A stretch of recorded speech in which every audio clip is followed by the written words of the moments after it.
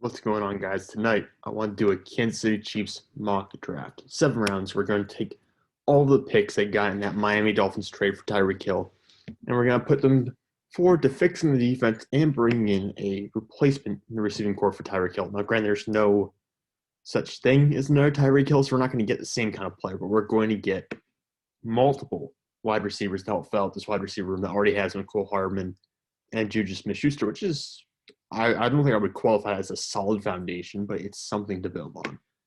But Juju starting in the slot, Nicole Hardman kind of being a change of pace receiver, I guess you could say, someone who can occasionally win downfield and can take handoffs to the backfield, can take sweeps, can do a bunch of stuff with the ball in his hands. You're just trying to get him the ball. So we'll call him a all-around offensive weapon, I guess you could say. Anyways, I need to make sure I can actually see the start button here. And I will not be doing trades for this mock. I consider doing trades. I'm decided not to, just because, for simplicity's sake, I want to show you what I think they can actually get at the spots they're picking. And you really can cheese it a little bit. We're using the Draft Network's. Oh, I should mention that we're using the Draft Network's mock draft machine to do this mock draft. All the rankings they show for the prospects are theirs; they're not mine. So we will be picking guys a little bit higher than they're ranked, and we're picking guys a little bit lower than they're ranked. But yeah, I think you can sometimes cheese the simulator into giving you more picks than what necessarily those draft picks are worth. So I'm going to just hold off on the trades for now and just go with what we have.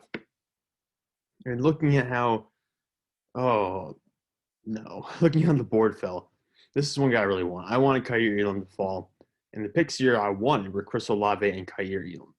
Now, we do have Chris Olave on the board, along with Treylon Burks, and some people was screaming at me to take Treylon Burks. Frankly, I don't think he's going to be the receiver you need in Kansas City. You need a guy who's going to naturally separate.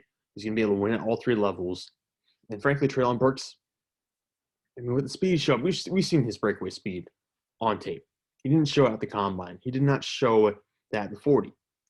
But we know he has the breakaway speed. But right now, he's only going to win vertically. And if he's going to get touches, they're going to be schemed touches that apply a screen plays. That's where he's going to win right now as a rookie. And probably in his first couple years in the NFL, that might be just where he wins, those two areas. Chris Olave can win on screens, on short routes, on intermediate routes, and on deep routes. He can win everywhere, and he creates natural separation with route running, good footwork, fluid movement, good short area quickness. Chris Olave, to me, is a more complete receiver, and I'm going to take him here at 29. And now I have no idea what I'm going to do because I really wanted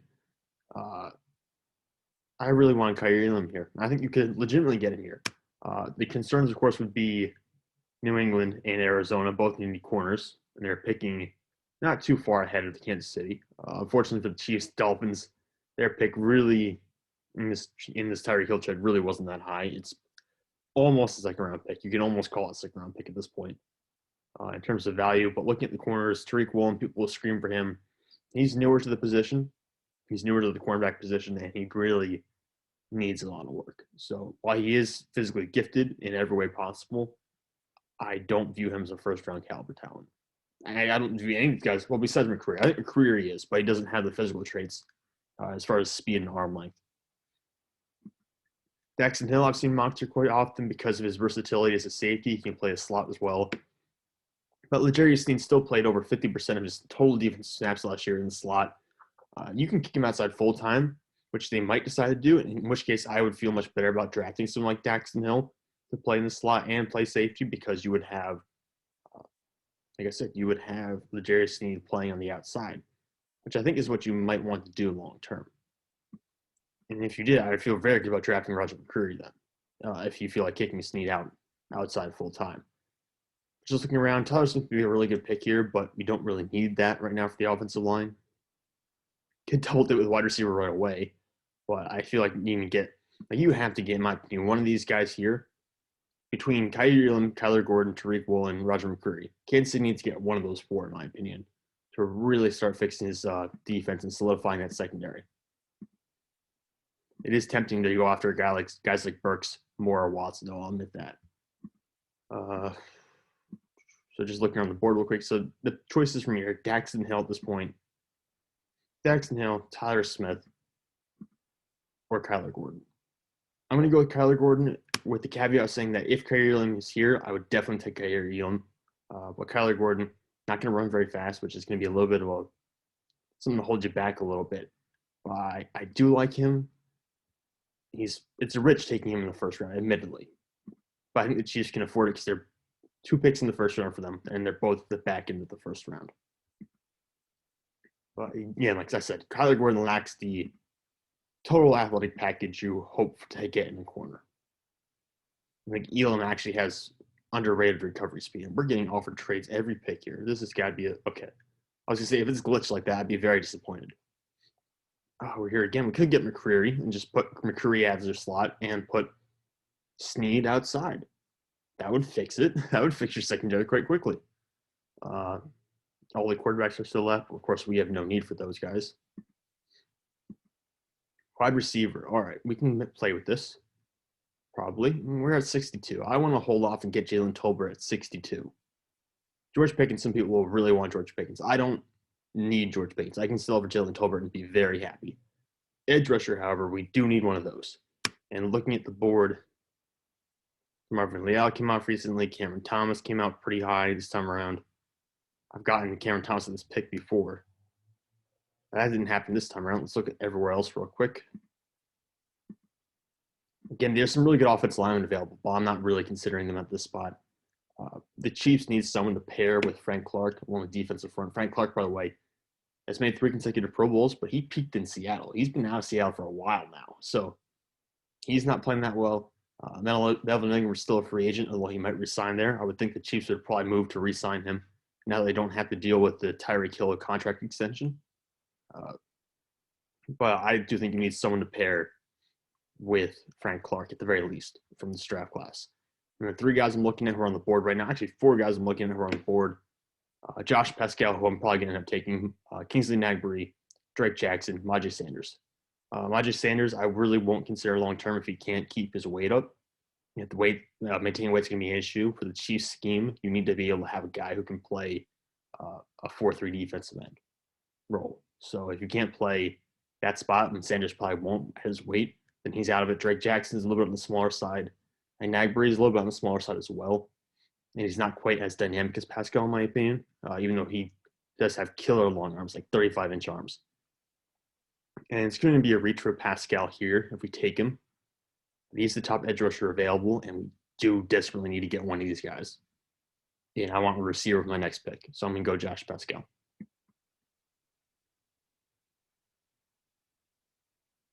Yeah, I like almost all the guys who are on the board the next couple of picks right after that. All right, wide receiver. Yep, Jalen Tolbert, as predicted, is right here.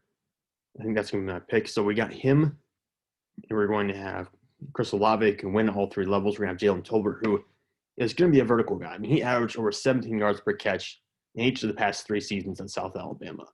He's going to win downfield. He's about 6'1". He runs pretty well. He has good enough feet to get out of releases fairly quickly, to beat press coverage.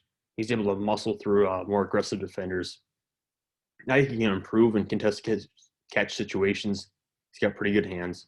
So I think Jalen Tolbert's going to be a really good pick to help Patrick Mahomes unlock the deep part of the field.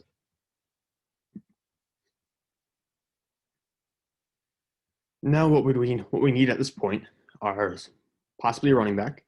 I don't think Clyde Edwards-Helaire is really that great, to be honest.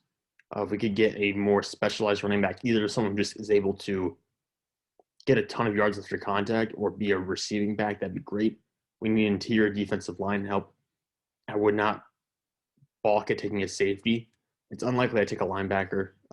Kansas City runs primarily just 2 linebacker sets for the most part. At least that's what they want to run.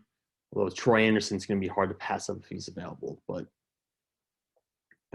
Kansas City runs a lot of 2 linebacker sets. They have Willie Gay, and they have Nick Bolton, who they drafted last year. And they seem pretty high on both those guys, or at least on Bolton.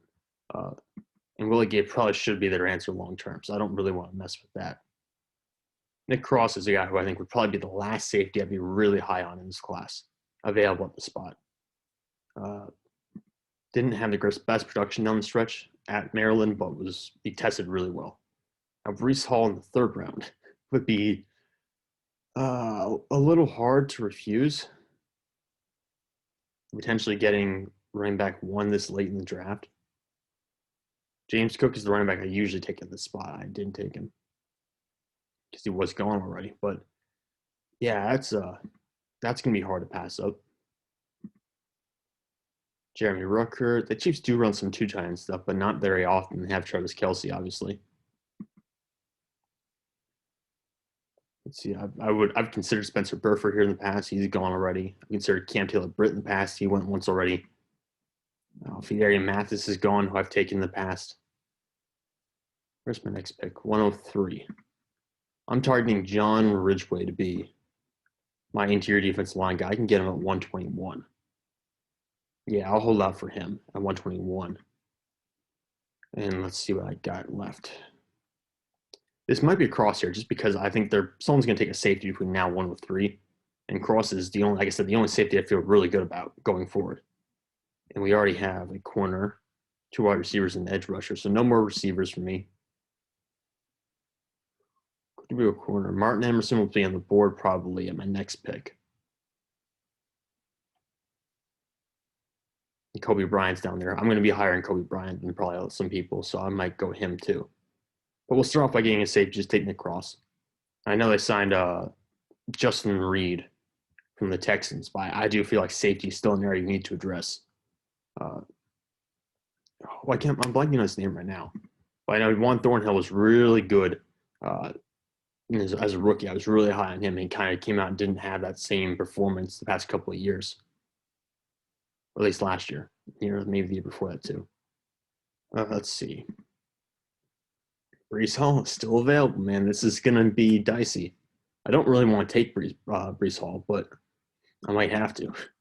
Again, Troy Anderson's gone. I was going to say Troy Anderson would definitely be in play for me usually at the spot, but I'm not really feeling it. Like we need to go that route.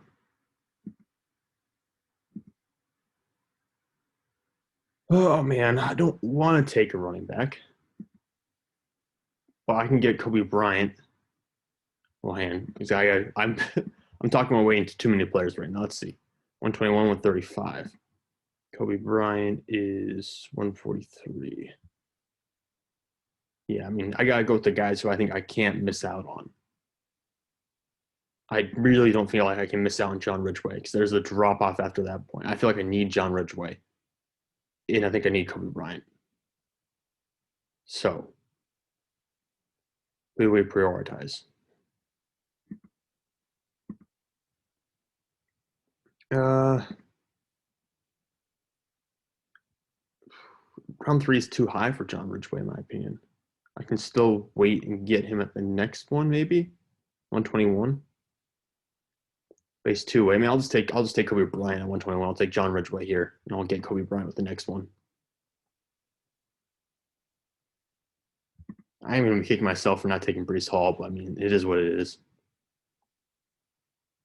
All those corners go. So now we go and get Kobe Bryant. I'm not even going to look at the rest of the board. I'm just going to take Kobe Bryant and go with it.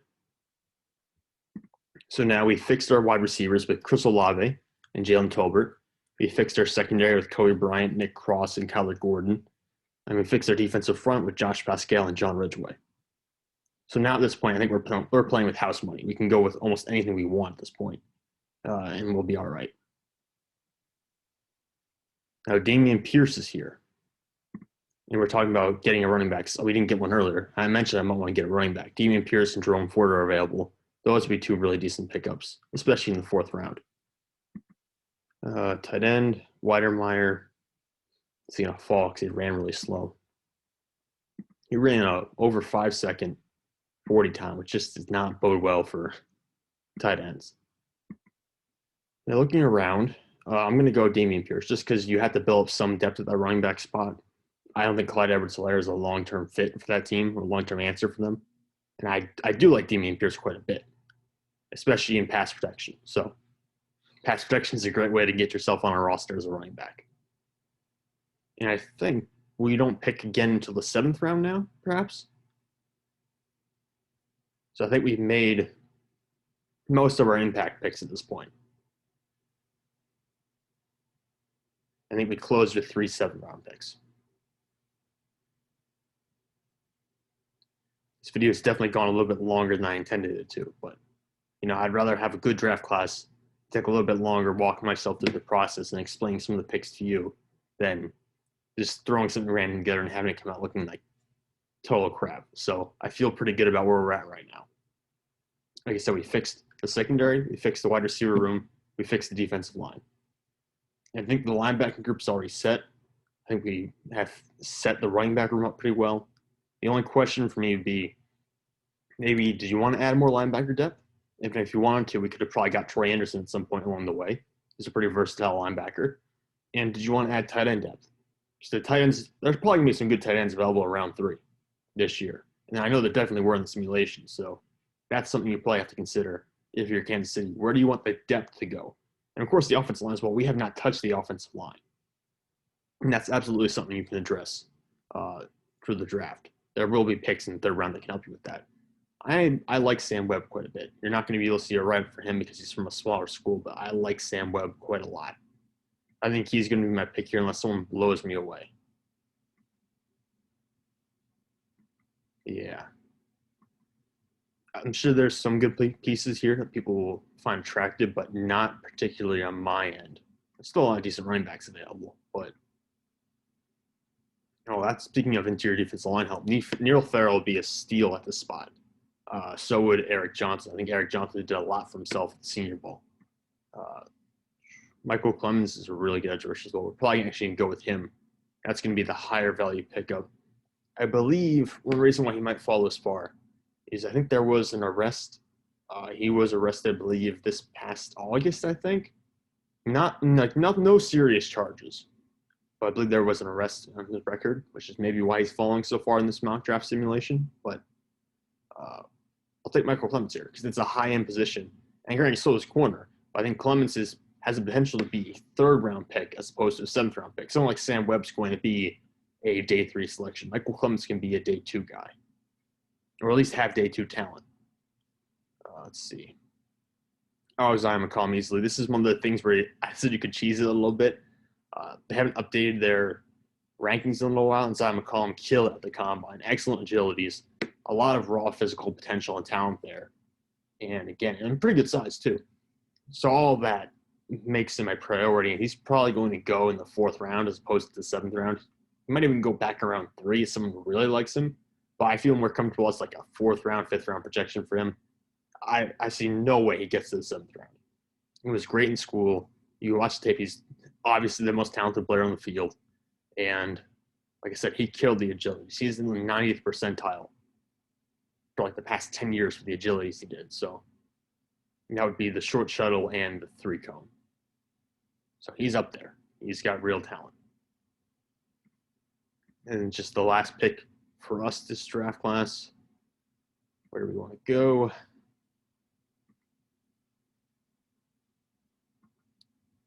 All right, so 2 guys I'm looking at right now for the final pick. I know you're kind of asking, why am I dragging it out?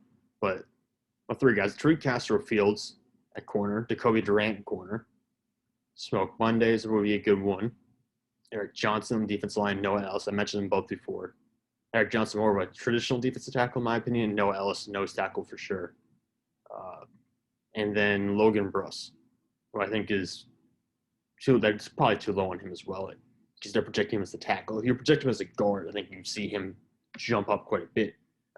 Maybe being a round 4 pick, round 5 kind of pick. As a guard, not as a tackle. Yeah.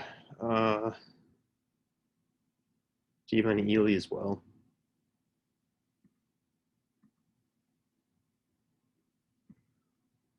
This is tough, man. I want to take all these guys.